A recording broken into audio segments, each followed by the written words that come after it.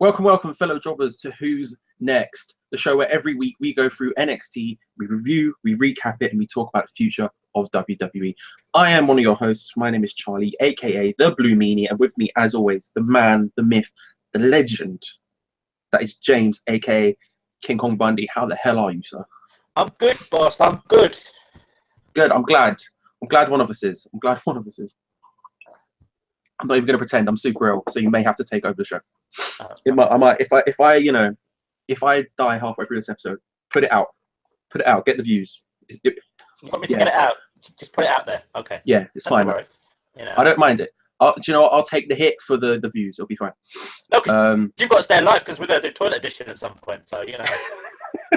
We've decided that one day we will just both do this show, but from our toilets. And I think that might be the best idea anyone's ever come up with. Personally, that's what I think. That's just me. What did you think of today's episode? It's pretty good. It was really good, actually. Like, it had some ups and downs, like it always does. But you know, the end is particularly good. But we will get into that. We will. I agree with you. I thought it was really good today. It was very match heavy. There were 4 matches on this episode, which is more than they usually have, and I thought that helped. And the end, especially as you said, was some primo wrestling. So let's get straight into it. Match number 1 was Drew McIntyre versus Rob Rising, which I love because that was Triple H's name at one point. Something Rising, wasn't it? Terrorizing or something like that. So whenever I see Rob Rising, I get a little bit overexcited because of that. What do you think of the match? I thought it was a good match. I don't really rate Rob very much, to be honest with you. He was very weak, and to be fair, there was a bit in it, and it might be just my TV, but he was like really red from the slaps that he got from Drew. Like, he was ridiculously red in the match. Now, come on, we get it. Like, Drew's the man. We know Drew's the man. But this guy wasn't selling hard enough that Drew was the man. It was, yeah, I agree. I don't know I know basically nothing about this Rob guy apart from his name. I've seen him a couple of times on NXT. That's it. He just is what it is. But I find it. I don't know what they're going to do with Drew for a while, because obviously Roderick Strong's got his feud with the champ, so he can't face the champ yet. The other top names like Tamina and Cassiano are fighting each other, and so Drew just sort of exists in the world and is just sort of continuously getting fed dudes for him to just maul, which is great. Which is good. We want that. We want them to push him. We want them to. We don't want him at a title yet. I don't want him at a title yet. Not yet. Yeah. I want him to just beat as many people up as possible. Yeah, and the continuous feeding of people does make him look strong, and that is good. It's just a bit not boring, but you know what I mean. It just exists. It just is a thing that is going to continuously happen until they have someone ready for him to actually have a proper feud with. Something I was thinking about while I was watching this. They mentioned Jinder a few times on commentary. How long do you reckon it will be until Drew is back on the main roster? I reckon a year. I reckon around WrestleMania time. Because I keep thinking about it, and because you've got to think about it, he's only just come back. Right, exactly. But he's like one of the best people down there. And but you want them to kind of move people up, and then have people around. So Drew isn't in that first tier that's got to go. When the draft or the next draft or the superstar shakeup or whatever the hell they end up calling it happens, when Vince McMahon sees Drew McIntyre, I just can't see him not bringing him up, despite the fact because they did the same. Like, I didn't think Baron Corbin was ready when he came up. I think Baron Corbin's doing great now. But I never thought he was ready when he came up. I think same with Nia Jax. I didn't think she was ready. I thought Alexa Bliss wasn't ready. To be fair, but you could see, like, everyone knows what Vince McMahon is into. Everyone knows the sort of people he likes, right? And Nia Jax, when he saw Nia Jax, you could see him being like, "Let's go main roster now." Do you know what I mean? And I agree 100% with you. I think he sticks around for at least a year, and you want him there because he can have great matches with people and make them better, make them look better and all that stuff. I just can't see Vince McMahon looking at him and not just shoving him straight into me. Jinder Mahal's the champion, for Christ's sake. I can't see it happening, but I don't know. It was just a weird thing I was thinking about. You don't want Drew to go to the main roster and then get put with somebody and then become a background. You want him to be big. Now, Jinder went away and had to go through all of that, but he went away and now he's come back and he's big. Yeah. So we want that kind of break. He needs that break. So what you're saying is you don't want the return of 3MB? No, not at all. No. Come on, Heath, my favourite. Heath is a different story, and Heath should go away and then come back, and then he'd be big. Imagine Heath going away and coming back and looking like Jinder Mahal. That would be amazing. That would be the best thing to happen. It would be so delightfully stupid. Amazing. He just comes back looking like flipping Triple H, that level of ripped. Just like, and then still doing one-man band. What a man. Match number 2. The Authors of Pain versus some blokes. I couldn't even find their names. They were just 2 dudes. They said one of their names and then the other one was like, and his partner, but they didn't even like. This was a definition of a squash match. Like, it was the thing, like, when people are bored, when like the people who are fighting are sitting there having a conversation outside the ring and they're going through notes. No, they were bored. They were bored out of their mind. Paul was like, just write down, let's just get this done, come on. They're out there playing noughts and crosses, just waiting. No, Akeem, I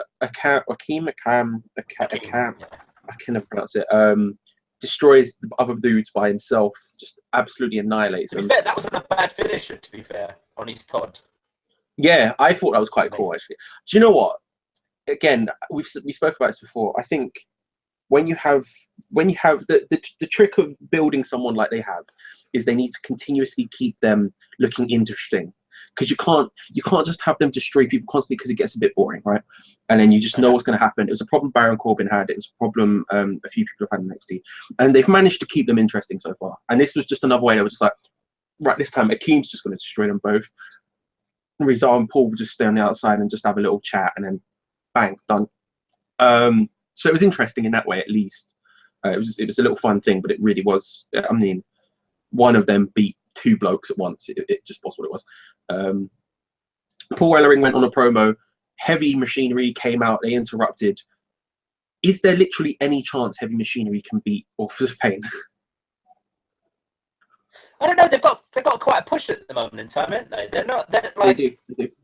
And to be fair, I really like Otis. Now, I do as well. I've become a fan. Like, I just like that he's just crazy, isn't he? And like, you could see him, like, that's how he lives. Like, in my head, he goes home and like he's there with, I don't know if it's his wife or whoever, and she's like past the sort, and he's like, really intense, all the time, like proper flexing every bit of himself all the time. I can imagine, like, he goes into like McDonald's to order food or whatever, and the person behind the till, there's just a queue, and you could just see like the sides of him poking out of the queue, and just his arms out like this. Yeah, like that. Like, honestly, that, like, Tucker, I get he's tall and he's big, but if Otis doesn't like go on his own and like become a champion at some point, I will be devastated. It's true. I mean, Otis is just, he's definitely the standout of the 2. Tucker does their talking for him because he's more of a WWE. Yeah, and that's it. Tucker's tall, and to be fair, he the way he talks isn't great. Like, the promo they did, like, all I remember from it was stakes and weights the previous time, and that wasn't even him. The stakes and weights, and that's it. He's just like. I loved as well. If you listen, like, to the crowd at the end, they're shouting stakes and weights. I don't know why they called stakes and weights. Like, when they first got into the ring, they were chanting for Dozovich. They were chanting Dozer, Dozer, and then by the end, they were chanting stakes. I really like Heavy Machinery.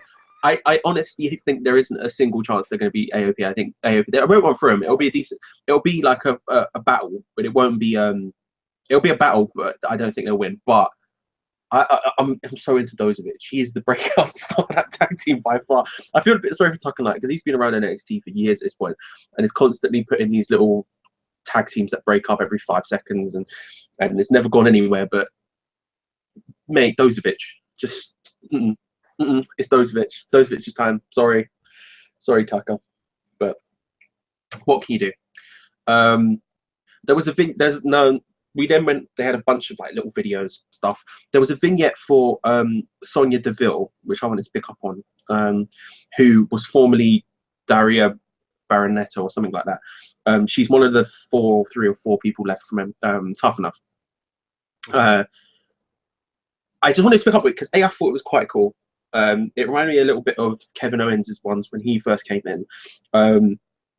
And I think she's really different. The only person who's even close to her in the entirety of the roster in WWE's women's division is probably Asuka. But her sort of MMA thing, her MMA character, I think is just cool and unique. I don't think she's that good in the ring yet, but she has a cool character. And I just wanted to pick up on that and say it was cool. Next, match number 3. Raul Mendoza versus one of the other people from Tough Enough, Patrick Clark, aka the Velveteen Dream. What did you think? Like, he stuffed up a couple of times for me in it. Like, you know, quite a bit actually. The finisher, like, ooh, yeah, nearly took the guy's head off. You know, like it's perfect and everything, but you need to aim. Yeah, when you're in the air, try not aim for the dude's head because you know. Yeah. Like, actually, it did a cool couple of things. The cartwheel thing I thought was quite cool. I agree with that. Yeah. You know, but again, it was just another kind of very quick, let's get it done match. Yeah. You know, I think there's been quite a few of those recently. They keep referring to this as like the new era or the next gen, like the new era of NXT sort of thing. Since Shinsuke, Finn, Samoa Joe, all of the other mainstays have gone. So they keep referring to this as the new era, and it has a little bit of that vibe because so many new people came in at once. Sorry, can I just cut you for a second? Did you just say Mojo? No. Samoa Joe. For a second, I heard Mojo. How dare you put that in any of them? Come on, man. All the important people have left. Finn, Shinsuke, Mojo, all the big guys have gone. No, Samoa Joe. Yeah, so they're trying to build people, and there's been maybe too many short squash matches because of that. The guy who was facing Raul Mendoza, I quite like. He is an indie guy, but was in the Cruiserweight Classic. He lost in the first round to Brian Kendrick, I think. But there was some rumors a couple of months ago that he had signed with WWE and now he's turned up on NXT, so I assume that's the case. But I quite like him. I think he's quite good. I have no idea how far he'll go. No idea what will happen apart from maybe one day turning up in the Cruiserweight division, but whatever. His elbow drop is cool. That cartwheel thing he does, like you say, is cool. I was into that. I like his face when he does it as well. He sort of stares directly down the camera and sort of smiles and then does it. And he sort of maintains eye contact as he's sort of doing that cartwheel finance carry thing. That should have been his finisher. Right? For me, that should have been his finisher. And then bam, done. And I can't remember in his first match, the one at the Takeover, the episode after Takeover, I can't remember if the elbow drop was his finisher or if it was something else. His elbow drop is very impressive. He goes super high. Elbow drop. I think it was his elbow drop. He goes super high up in the air. It's fun. Yeah, especially if you watch again that Takeover match.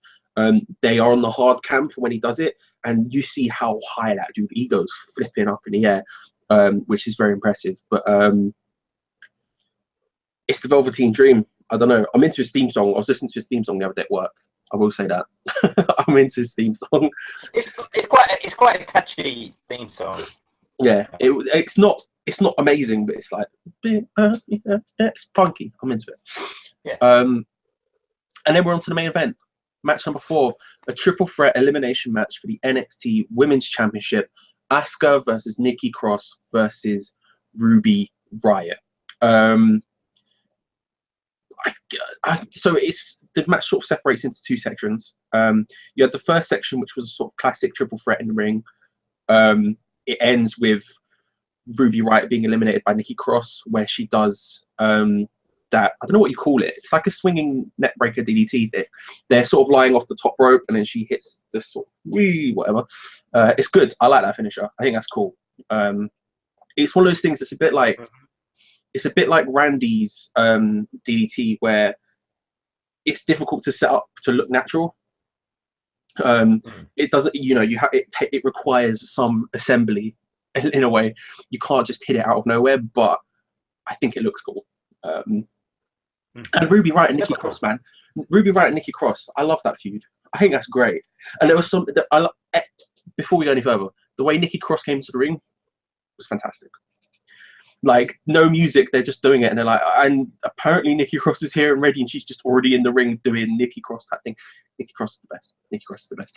Then the second part, Asuka and Nikki, they're going at it, they're fighting.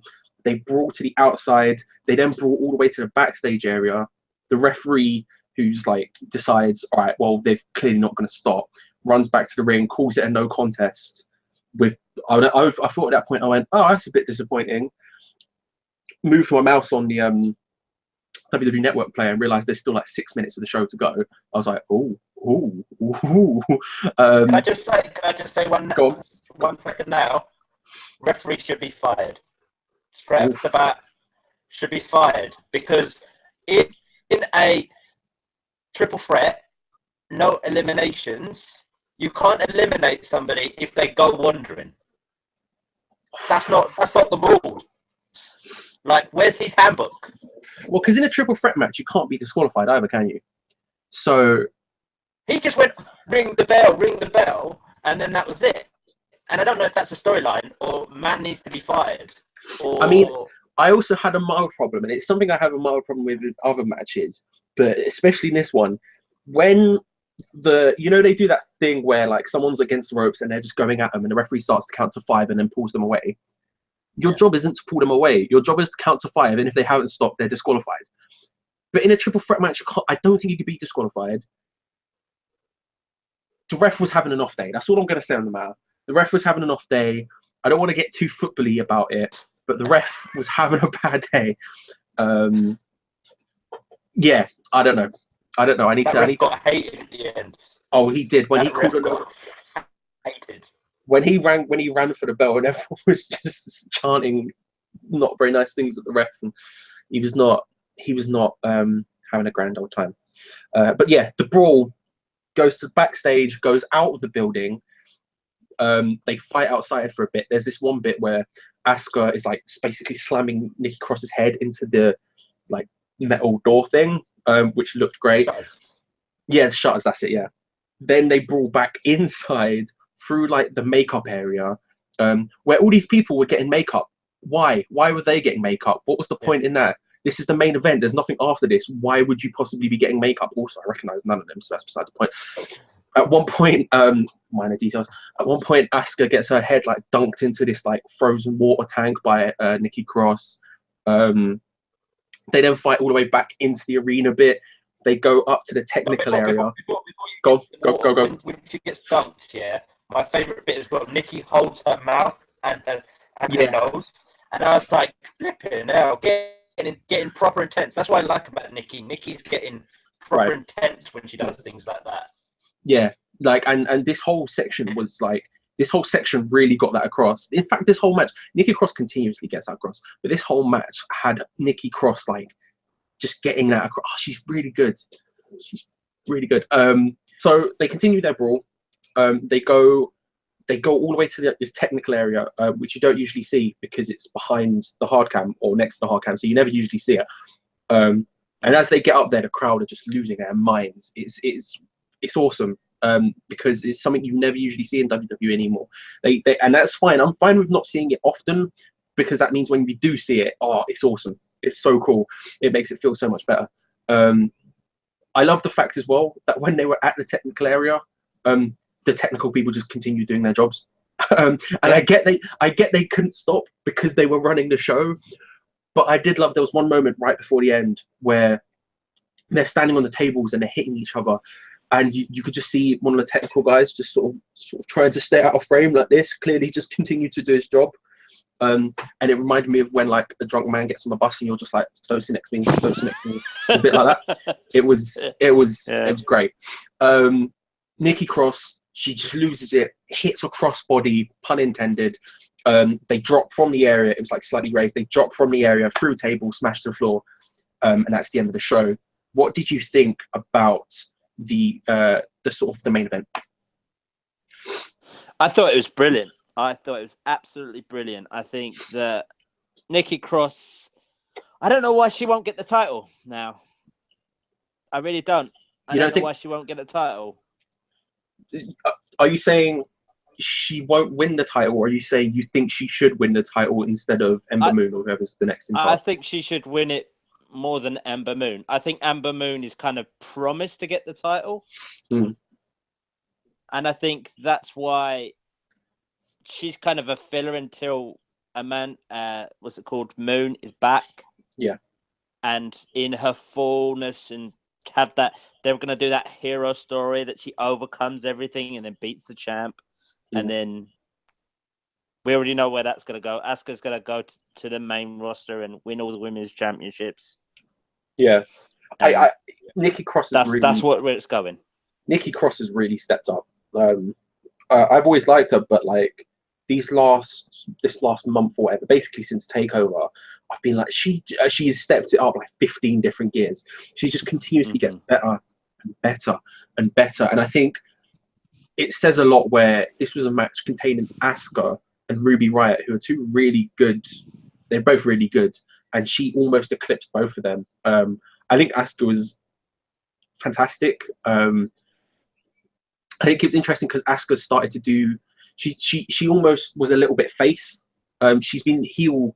Well, she's always been sort of bouncing between them since she won the title from Bayley. Like, what was it? At whatever the last Mania takeover was called, I can't remember. She's sort of been heel since then, but she almost was a bit more face in this. She was a bit, and that's interesting because obviously it basically gives hope for someone like Nikki Cross to be the person who's going to win the title as opposed to Ember Moon. And with the vignette, the sort of backstage bit they showed either last week or the week before, they re-showed it again this week. The one where the iconic duo are talking about how they're going to knock through the performance center and it's going to be an iconic place and all this. That's almost them setting up for a sort of feud with them and Ember Moon. So it's interesting. It's certainly not as clear as it was before Ember Moon got injured, when it looked clear to absolutely everyone that she was about to beat Asuka for the championship. Like I said, Nikki Cross has been amazing. But yeah, this match was awesome. This was great. This was a great way to end it. It makes up for, there was a few, I think actually all three matches were kind of squashes, and then to have this big good finale sort of made up for that, and I think made the episode feel a lot better than it would have if it was a normal main event, for example, which is cool. I liked also that they ended it. It didn't have like go back to anybody. It literally ended with them smashed through the table. Yeah. And referees doing their things, and it just cut. It cut to black. Yeah. You have that's what we need. It gives it more impact. We need that more instead of like, you know, going back to people like just end it, like go to black, and then people like, wow, I want to watch next week. Yeah. I agree. I thought it was a really good way to end it. Could have been like on a minor level, you could make it maybe have less replays of it and just straight away go. But I thought it was really good. I thought it was really, really cool. And like I say, there is sort of space now for an Asuka Nikki title match by themselves, given Ruby Riott left first, and then those two brawled and had this. And the commentator several times said stuff like, "Oh, this is this is personal. This is personal between them. They're trying to get over the rivalry between them two, not just Ruby and Nikki, but Asuka and Nikki, and then with Ember possibly facing the other iconic duo, or Peyton or Billy, or whichever one it happens to be. There's space for that fight, and I really want to see that because Nikki Cross deserves it because she's been fantastic, and I just want to continue to see Asuka because Asuka is the best. She is pretty good. So yeah, that was this week's episode of NXT. It was a decent one. It was a pretty decent one. Let us know what you thought in the comments below. Give us, basically, tell us what you think about everything. What do you think of the main event? What do you think about Drew McIntyre even? How soon until he hits the main roster? What do you think about that? Let us know in the comments below. Follow us on Twitter at TG Jobbers. Follow us on Facebook and Instagram, The Glorified Jobbers. And remember to subscribe because this weekend we have Money in the Bank, which means not only have we got our predictions coming up, but we've also got a little Money in the Bank quiz coming up. A little cheeky Money in the Bank quiz. So that'll be good. So make sure to subscribe for that. Those will be coming up in the next couple of days. But James, thank you so much for joining me, as per usual. No worries, bud. No worries. And I survived. I managed to survive. And you survived. I'm gonna. And you wanna keep watching because we're gonna do it in the toilet. Bam. Oh, toilet time is coming. Toilet episode. Who's next? Who's next? Toilet edition is on its way. It's on its way. So make sure you subscribe because you don't want to miss two men talking about developmental wrestling in the bog because it's. That's right. But there's only one thing left to say, and that is keep on dropping. Keep on dropping.